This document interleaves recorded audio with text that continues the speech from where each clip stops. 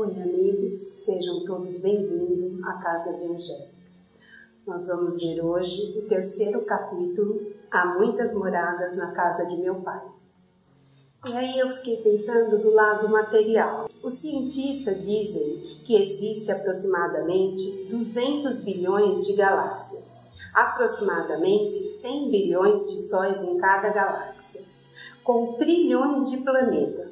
Então, imagina quantas moradas nós temos aí.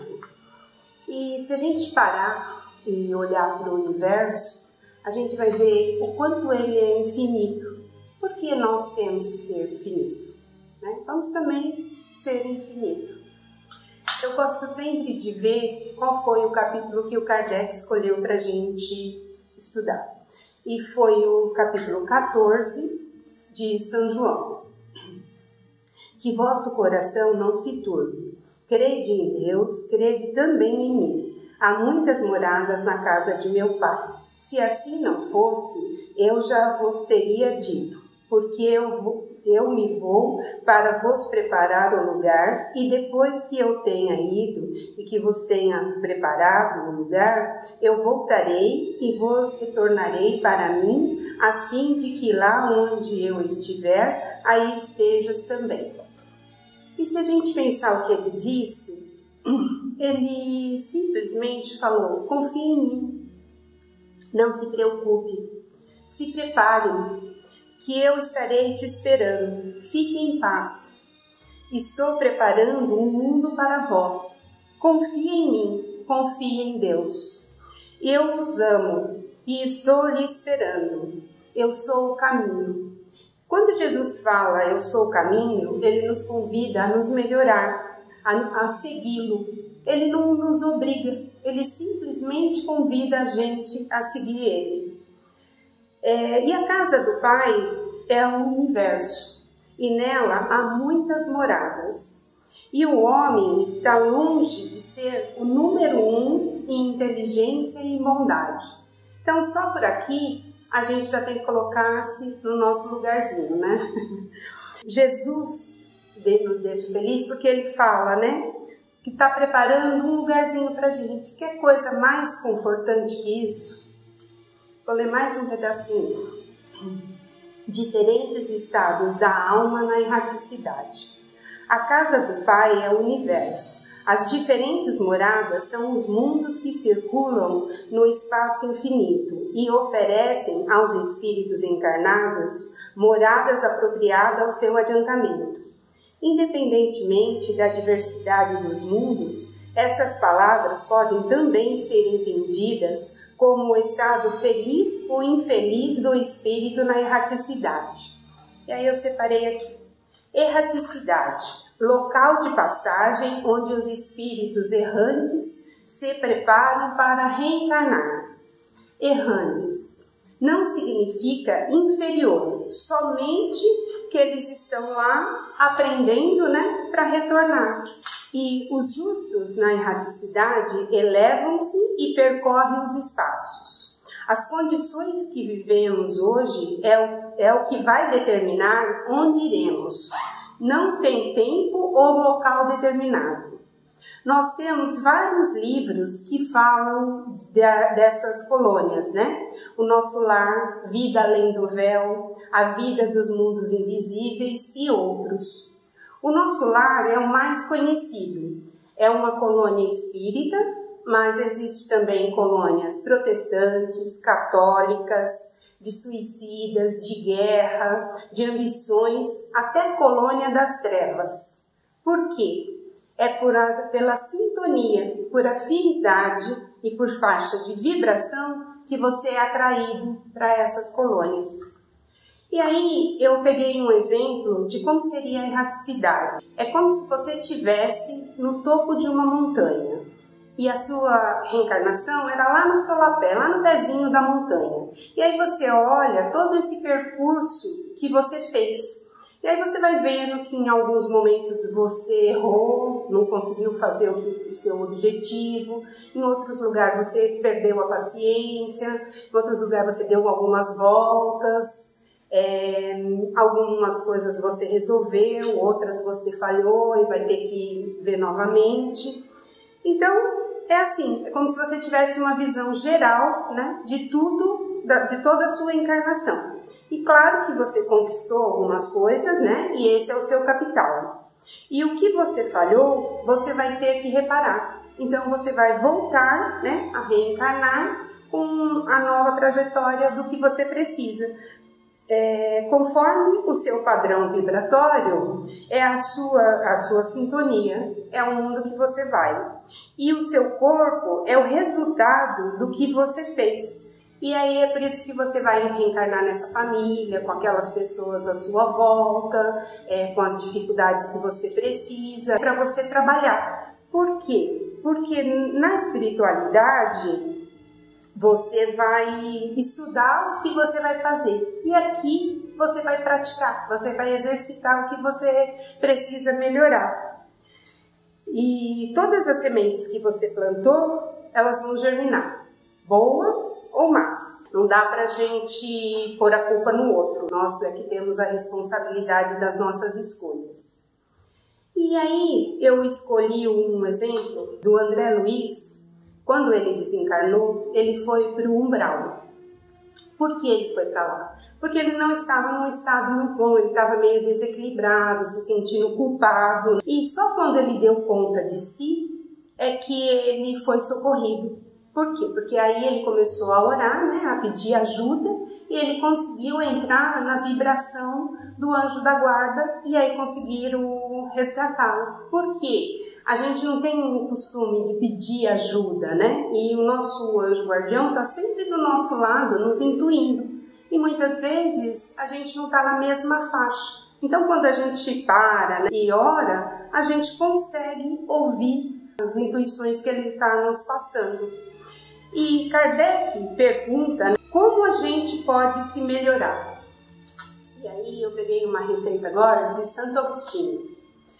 Ele fala assim: faça como eu fazia quando encarnado. Consulta a sua consciência. O que você fez? Então, toda vez pensa, o que eu fiz hoje? O que eu resolvi, o que eu não resolvi, o que eu deixei, né? Eu cumpri com o meu dever? Tudo que eu podia fazer eu fiz? Como eu fiz? Qual a forma que eu usei para fazer isso? Eu fiz de qualquer jeito, eu fiz o melhor que eu podia, eu posso melhorar aqui ou não. Alguém ficou magoado com o que eu fiz? Porque algumas vezes a gente magoa as pessoas e nem percebe que magoou, né? Então é bom a gente fazer essa avaliação.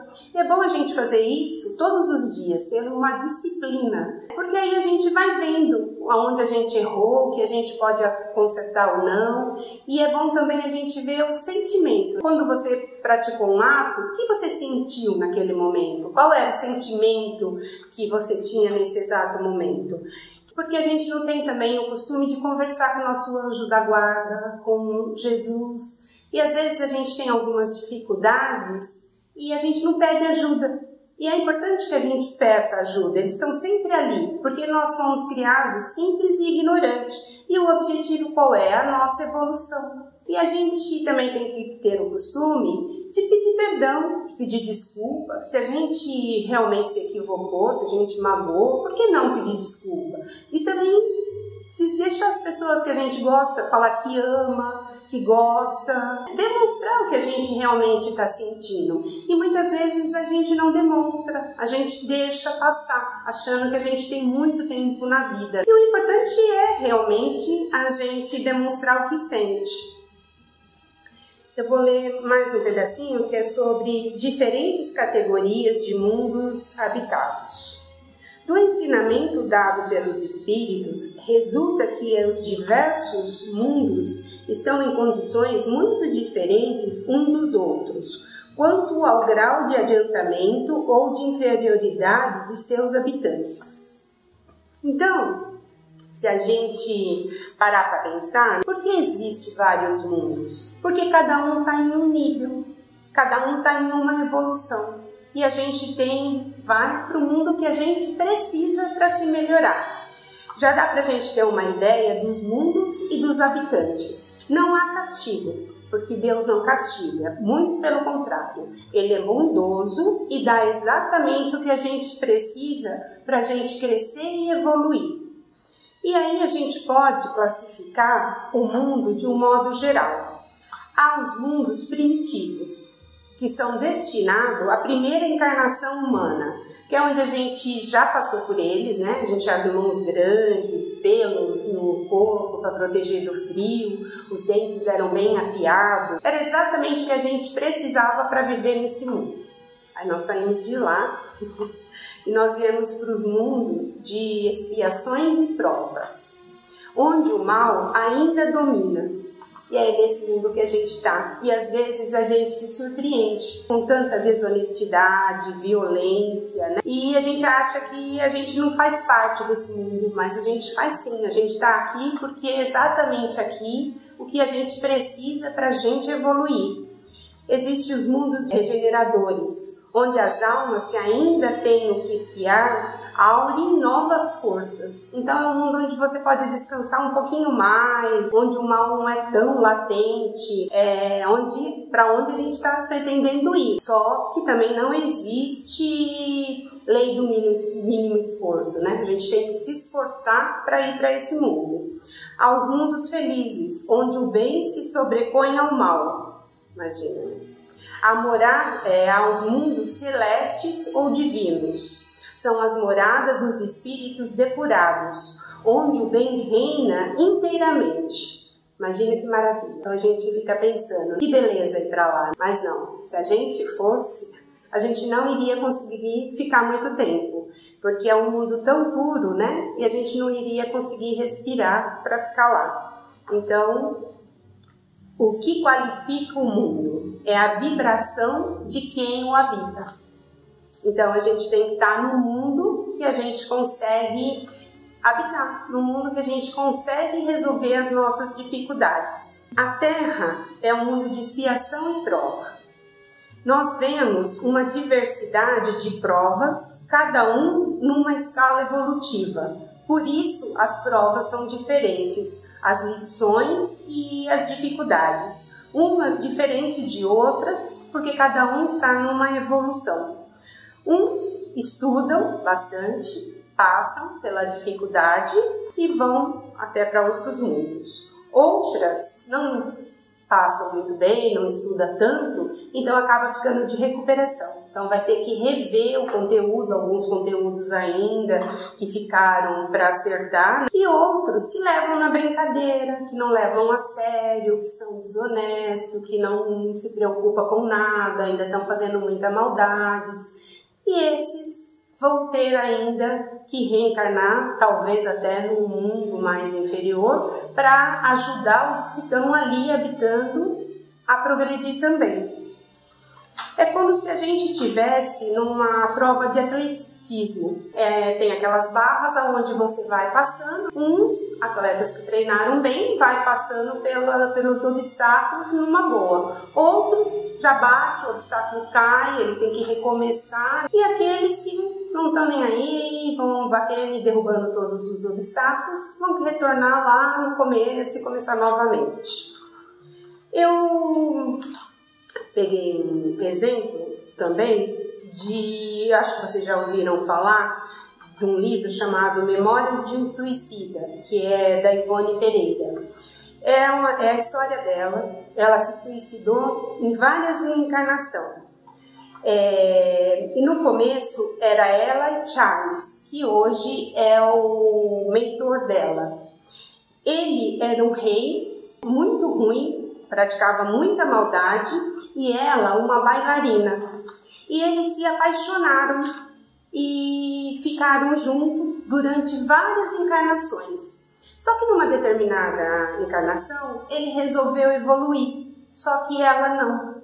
E aí ele veio, estava evoluindo, ele encontrava ela e ela acabava atrapalhando ele. Então eles resolveram não vir mais juntos, se encontrar mais. E aí ele evoluiu, tanto que hoje ele é o mentor dela. E ela, nessa última encarnação dela, ela teve condições de ver o que ela foi nas outras vidas, que ela se suicidou várias vezes, que ela praticou mal muitas vezes. E ao invés dela parar e ficar revoltada, ela fez muito pelo contrário, o que a gente deve fazer. Ela tornou isso a expiação dela. E graças ao Espiritismo, ela conseguiu ajudar muitos espíritos em sofrimento. E aí ela conseguiu a evolução dela nessa vida. Ela conseguiu sair dessa sintonia de suicídio, essa vibração, e passou para uma outra vibração. E aí eu separei que sintonia é o que você vai buscar. É como aquela faixa de rádio, que você vai e sintoniza no que você quer. E afinidade. A afinidade, ela é mecânica, ela é de pensamento, é o que você pensa, é o que você gosta, é o que você é afim. Entendeu? Então, eles vêm atrás de você também conforme o que você gosta, conforme o que você está pensando. Então, muitas vezes você fala, tem um espírito obsessor. Ele só está ali porque você está na afinidade dele.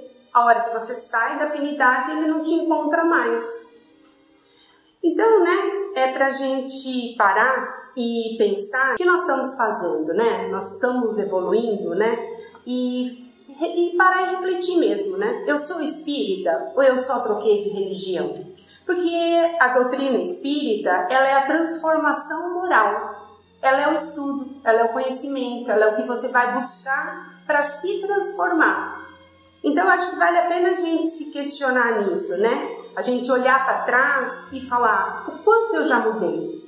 Como eu era, há um ano atrás, há 2 anos, há 10 anos, O quanto eu já mudei, o quanto eu já estou melhor, E pensar assim, se eu fosse chamado hoje, para onde eu quero ir?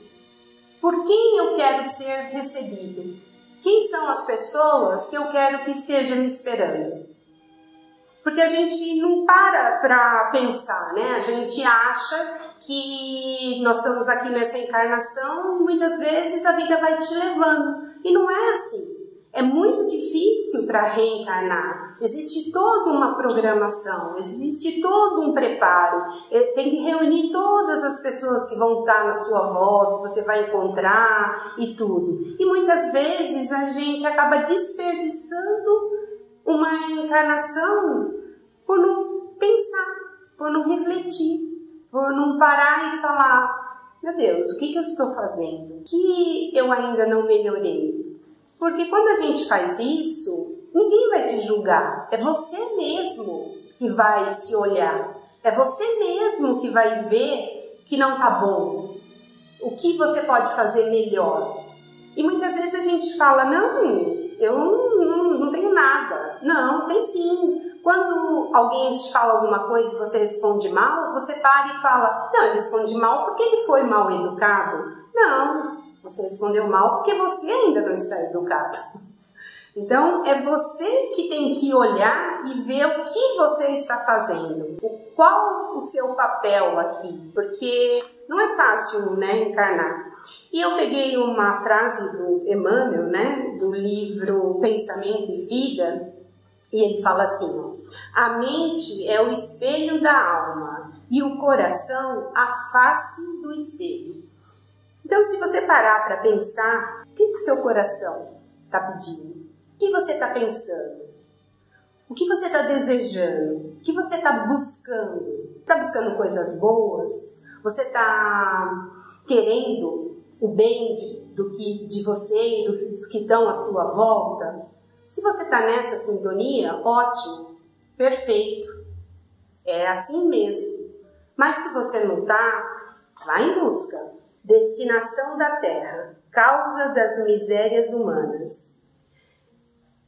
Espanta-se em encontrar sobre a Terra tanta maldade e más paixões, tantas misérias e enfermidades de toda sorte, e se conclui disso que a espécie humana é uma triste coisa. Este julgamento provém do ponto de vista limitado que se está colocando e que dá uma ideia falsa do conjunto. É preciso considerar que, sobre a Terra, não se vê a humanidade, mas apenas uma pequena fração dela. Eu dividi em 3 categorias de mundo: imperfeito, bom e puro. Nós estamos ainda no imperfeito e nós queremos ir para o bom, é claro. Temos muito ainda para mudar, nós temos muito ainda que melhorar, porque aí a gente vê as pessoas, né, falarem do mundo de regeneração como se o mundo fosse aparecer pronto, um mundo bonitinho, um mundo perfeito, e a gente fosse colocado lá nesse mundo.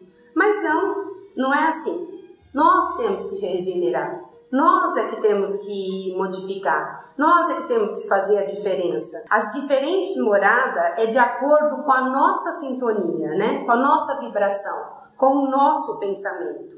E as pessoas acham que a mudança é de fora para dentro, mas não, é de dentro para fora. Então, se você quer ir para esse mundo regenerado, um mundo onde o bem prevalece, você tem que estar bem, você tem que estar no bem. Para um mundo feliz, você tem que estar feliz. É sintonia. Então, se a gente parar para pensar, o que nós estamos fazendo? Como a gente trata as pessoas? Como você trata os convidados? Como está a sua casa? Como você cuida dela? Tá aí o Covid, que chacoalhou todo mundo, deu uma chacoalhada geral. Você parou? Como você está depois disso? Você está olhando a pessoa que está do seu lado? Está valorizando? Está vendo que essa pessoa tem defeito? Sim, mas também tem qualidade.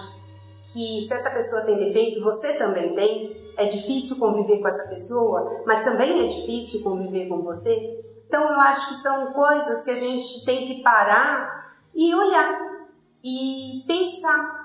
Como eu quero estar daqui a 5 anos, a 10, a 20, a 50, a 100 anos? Acho que está na hora da gente parar e ver. E qual o nosso maior obstáculo? O orgulho e o egoísmo. E se você perguntar, você vai falar, eu egoísta? Imagina, eu não sou egoísta. Eu até dou as roupas que eu tenho lá mais. Orgulhoso? Imagina, eu não sou orgulhoso. Não, eu sou humilde, eu sou uma pessoa, não. Mas somos. E aí eu peguei um exemplo, coitado do André Luiz, foi dele. Ele trabalhava aqui na Terra como médico. Quando ele desencarnou, ele também quis trabalhar como médico. Ele chegou lá e achou que ele ia trabalhar como médico. Por quê? A sua vaidade. Porque ele tinha uma posição, ele queria a mesma posição. Só que a espiritualidade ela é tão sábia que eles atendiam de 2. O Clarence chamava em dupla. Quando ele sentou do lado e o Clarence perguntou e a mulher foi falando e ela já tinha passado por vários departamentos e nada satisfazia ela achava que ela merecia mais. Ele entendeu, fechou a boca, pegou a vassourinha e foi lá limpar, até que ele voltou à posição de médico. Então é isso que a gente tem que olhar, a gente tem que realmente olhar para dentro da gente. Se a gente quer um mundo feliz, temos que estar feliz, né? Kardec pegou uma pergunta e falou para os espíritos assim, o que é preciso fazer para se melhorar nesta vida, na que nós estamos agora? E eles responderam assim, um esforço muito insignificante. Insignificante já não é muito, né? E eles ainda colocaram muito insignificante. E a gente reclamando que é difícil. Então, gente, vamos parar e pensar, né? Que a gente tem que se esforçar. O estudo da doutrina é a nossa transformação moral. O importante não é o conhecimento, mas o que nós estamos fazendo disso. Nós temos que tem que haver um equilíbrio entre o conhecimento e a moral. Porque se você só tiver um, você vai ficar assim, né? Com a asa só alta de um lado, o outro lado ainda vai estar assim. Então, para você alçar o seu voo, os dois têm que estar equilibrados, os dois têm que estar na mesma altura. E aí eu peguei mais uma frase do meu amigo Emmanuel, que fala assim, ó, corrige em ti o que incomoda no outro. Então, eu acho que a gente tem que parar e pensar. O que nós temos que fazer é olhar para dentro de nós, é nos corrigir. Como eles falaram, é um esforço muito insignificante. Então vamos começar, né? Obrigada a todos, fiquem em paz.